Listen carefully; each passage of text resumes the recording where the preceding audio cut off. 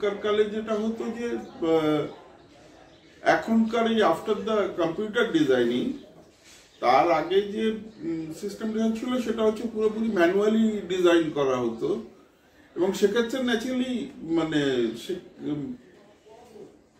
প্যাটার্নটা অনেকটা অন্য ধরনের, মানে তখন হয়তো পরিশ্রম বলুন তার টেকনোলজি বলুন পুরো ব্যাপারটাই অন্যভাবে ছিল। তো সেটাকে হ্যাঁ এখন ন্যাচারালি কম্পিউটার যুগে সেটাকে ওই ফিজিক্যাল লেবার বা এগুলো অনেকটাই ওভারকাম করা গেছে। তো সুতরাং সেদিক দিয়ে তো ন্যাচারালি ডিফারেন্স আছেই। তখন আমরা ছবি কেটে সেই ছবি এনলার্জ করে, এবং তারও আগে যেটা হতো যে এখন ব্ল্যাক অ্যান্ড হোয়াইট ছবি শুধু পাওয়া যেত, তখন সেই ছবিগুলোকে হাতে রং করে সেগুলোকে পেস্টিং করে এয়ারব্রাশিং করে তারপরে সেই ছবিগুলো দিয়ে পোস্টার তৈরি হতো। তো সেই ডিফারেন্সটা তো রয়ে গেছে।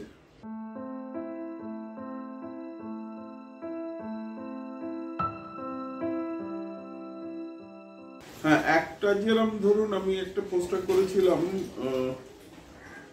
বিপ্লব চ্যাটার্জির অভিমন্যু বলে একটা ছবিতে, এবং এটা পুরোটাই মানে অর্গানাইজ বাই মি, যে বিপ্লব দাকে আমি একটা ট্রেন লাইনের ওপর দিয়ে মানে দৌড় করিয়েছিলাম, আর সেটাও that was photographed by me also. হ্যাঁ, এবং তারপরে সেই ছবিটা দিয়ে এন্টার পোস্টারটা বানানো হয়। তো that is one. The other one is Kaushik গাঙ্গুলির শব্দ ছবিটার পোস্টার যদি ধরেন, that was a very significant poster, যে মানে একটা অন্য ধরনের মানে এই ধরনের গ্রাফিক পোস্টার যে মজাটা সেইটা ফুটে বেরিয়েছিল। রিসেন্টলি আমি একটা পোস্টার করলাম সমরেশ বসুর প্রজাপতি বলে, তার পোস্টারটাও কয়েকটা আবার সেই গ্রাফিক ফর্মে একটু অন্য ধরনের চেয়ারে, মানে যেটা প্রায় এখন ওই ধরনের পোস্টার খুব একটা তৈরিই হয় না। যেরকম আমরা ফার্স্ট ফটোশুট করে পোস্টার করি 2002-তে প্রতিবাদ ছবি। তো দ্যাট ওয়াজ ভেরি ইন্টারেস্টিং, যে তখনকার কালে বাংলা ছবির পোস্টারে ওই ধরনের ক্ল্যারিটি বা ওই শার্পনেস ওই গ্লস পাওয়া যেত না, কিন্তু তখন যেহেতু ওটা ফটোশুট করে করা হয়েছিল, তো that was very interesting at that time. আসলে এত কাজ করেছি যে ওইভাবে খুঁজে হয়তো পাওয়া সবসময় মানে মনে পড়ছে না এক্ষুনি।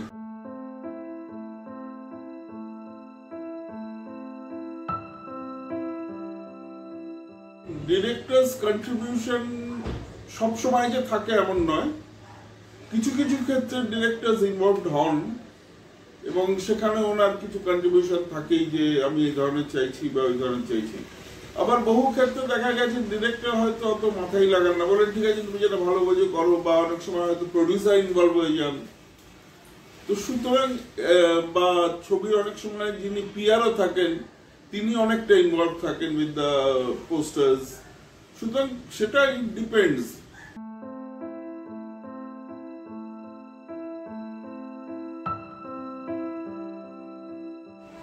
বাবাদের সময় তো তখন ন্যাচারালি যেটা বললাম যে পুরোপুরি পোস্টার তখন ম্যানুয়ালি বানানো হতো, এবং তখনকার কালে পোস্টার মানে সেটা বেশিরভাগই ওই মানে ব্ল্যাক অ্যান্ড হোয়াইট স্টিলস পাওয়া যেত, কারণ তখন তো কালার প্রিন্ট আসেইনি প্রায়।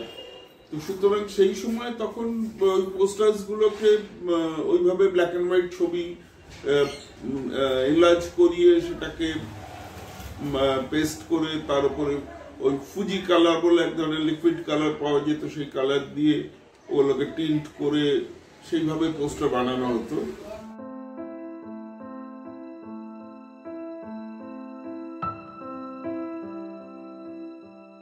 Modern challenges of poster designing সেক্ষেত্রে এখন হয়তো মানে হ্যাঁ মানে এখন যেটা হয়েছে সেটা হয়েছে যে স্টাইল অফ ডিজাইনিং কিছুটা নিশ্চয়ই আজকে আমাদের যেহেতু আমরা সারা পৃথিবীর কাজ দেখতে পাই, সুতরাং হয়তো কাজটা একটু ন্যাশনালি বা ইন্টারন্যাশনালি কিছু কিছু ক্ষেত্রে লুকটা আনার চেষ্টা করা হয়। কারণ কিন্তু আমার যেটা মনে হয় যে পোস্টারটা অলওয়েজ কেন বানানো হয় সেটা যদি আমরা ভেবে দেখি যে আমরা কমিউনিকেট করছি কাকে, তো সুতরাং অ্যাকর্ডিং টু দ্য ফিল্ম আমার মনে হয় পোস্টার হওয়া উচিত, যে ফিল্মটা কাদের জন্য বানানো, কোন কনজিউমারের জন্য বানানো, তো সেই কনজিউমারের পছন্দ অনুযায়ী যদি পোস্টার বানানো হয় তাহলে সেই অনুযায়ী পোস্টার হলে I think it is better আর কি।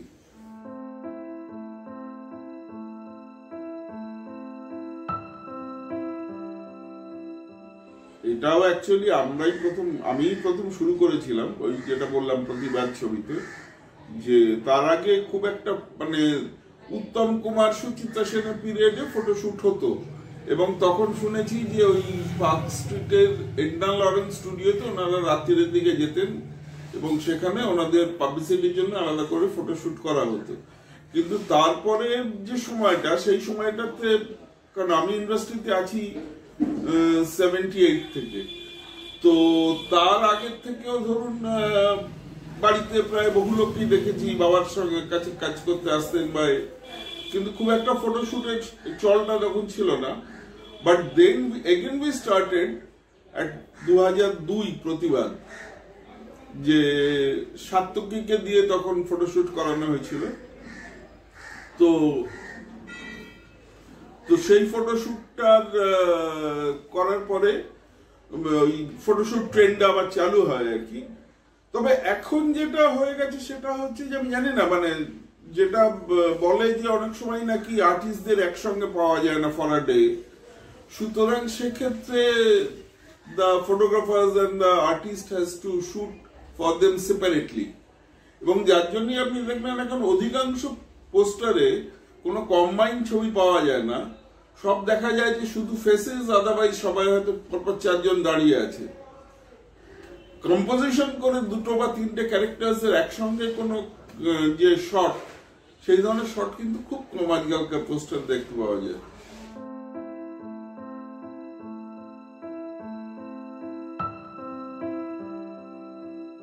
কখনো কখনোই মনে হয় যে যদি ওই কাজটা আমি করতাম হয়তো আরো ভালো হতো, বা ভালো হতো খারাপ হতো বলবো না, বাট একটা উইশ লিস্ট তো থাকেই।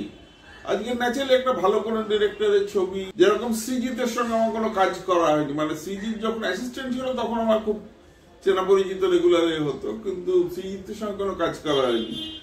তো হয়তো সৃজিতের সঙ্গে একটা কাজ করলে ভালো লাগবে, বা অতনুদের সঙ্গে কোনো কাজ করা হয়নি, একটা কাজ হলে ভালো লাগবে। অ্যাকচুয়ালি যারা দেখুন, যারা ভালো কাজ করে তাদের সঙ্গে যদি একটা কাজ হয়, আবার একটা সময় যে আমি একমাত্র সত্যজিৎ বাবু আর ঋত্বিক বাবু এই দুজনের সঙ্গে কাজ করার সুযোগ হয়নি, কিন্তু আদারওয়াইজ আমি মৃণাল সেন, তরুণ মজুমদার, বুদ্ধদেব দাশগুপ্ত, গৌতম ঘোষ, অপর্ণা সেন প্রত্যেকের সঙ্গে কাজ করি, ঋতুপর্ণ প্রত্যেকের সঙ্গে কাজ করেছি।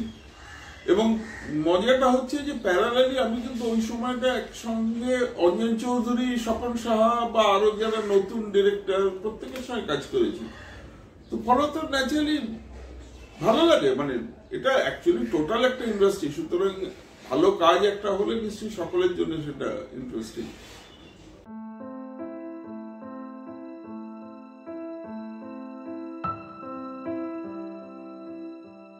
দেখুন, আগে আমাদের সিনিয়র যারা ছিলেন তাদের মধ্যে তো অনেকেই আমার পছন্দ, যেরকম নির্মল রায় বলে এক ভদ্রলোক ছিলেন, এবং যখন পুরোপুরি পোস্টারটা ম্যানুয়ালি তৈরি হতো, মানে ছবিগুলো প্রায় ম্যানুয়ালি আঁকা হতো সেই সময়কার, এবং সে ভদ্রলোক অসাধারণ, ভদ্রলোক আমার বাড়িতেও এসেছেন, বাবার খুব বন্ধু ছিলেন, তো দেখেছি ওনার কাজের ধরনটা আর কি। এবং তখন এন্টারলি মানে পুরো পোস্টারটাই, মানে বারবার ধরুন একটা ছবির যে লোগো ফন্ট, সেটাও যদি 5টা পোস্টার হয় তো 5 বার আপনাকে ওই পুরো জিনিসটা রিক্রিয়েট করতে হবে হাতে লিখে। তখন কিন্তু কোন রকমই পেস্টিং বা ওই একটা কেটে নিয়ে বসিয়ে দিলাম এরকম ব্যাপার ছিল না। আরেকজন আমার খুব পছন্দের ছিলেন, তিনি ছিলেন বিদ্যুৎ চক্রবর্তী বলে, যিনি সত্যজিৎ বাবুর কাজগুলো করতেন। তিনিও আমার বাবা খুব বন্ধু এবং আমাকে খুব স্নেহ করতেন, এখনো উনি জীবিত আছেন। আর রিসেন্ট পিরিয়ডে দেখি হঠাৎ একটা কাজ ভালো লেগেছে, যেরকম গ্রিনিং ট্রি যখন প্রথম, আমার অটোগ্রাফের কাজটা খুব একটা পছন্দ হয়নি, কিন্তু ওর পরে যখন ও 22 শ্রাবণের কাজটা করে, ওটা কিন্তু বেশ পছন্দের পোস্টার, আমার বেশ ভালো লেগেছিল, যে একটা নতুন ধরনের ভাবনা চিন্তা। কিন্তু এখনকার দিনে কি হচ্ছে না, এখনকার দিনে বড্ডই কাট পেস্ট হয়ে যাচ্ছে, মানে আর যেটা জানি না, মানে আই মে বি রং, সিনেমার পোস্টারের একটা অন্য ল্যাঙ্গুয়েজ আছে, সেই ল্যাঙ্গুয়েজটা কিন্তু হারিয়ে যাচ্ছে, মানে সেটা কর্পোরেটাইজেশনের ফল কি জানি না, কিন্তু সিনেমাটা কাকে কমিউনিকেট করছে এবং সেই লোকটা ইন্টারেস্ট পাচ্ছে কিনা সিনেমাটা দেখার জন্য, সেটা কিন্তু আমার মনে হয় ধীরে ধীরে হারিয়ে যাচ্ছে। সিনেমা পোস্টার মানে কিন্তু বাকি আদার কর্পোরেট ডিজাইনের মতো চারটে খালি ছবি বসিয়ে দেওয়া নয়, এটার একটা গল্প বেরিয়ে আসবে কিন্তু একটা পোস্টারে।